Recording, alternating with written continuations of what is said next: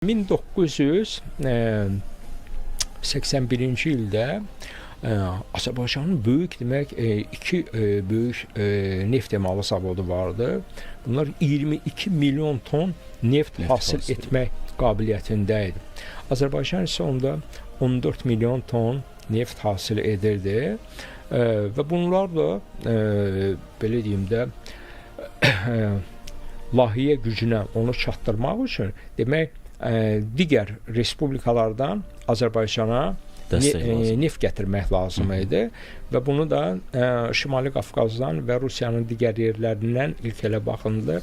Bu artıq 79-cu ildə layihələndirilmişdi, 81-ci ildə işə düşdü. Bu Grozny, Novorossiysk, Grozny, Bakı neft kəməri idi. Və o kəmərlə SSR dağılana qədər Azərbaycanın neft təminatı bərpa olundu. Neft təminatı, özü deyim ki, onun maksimum buraxıcılıq gücü 10 milyon ton idi o zaman. Azərbaycan müstəqilliyini qədəm qoyanda Azərbaycanda 12 milyon ton neft hasil edilirdi.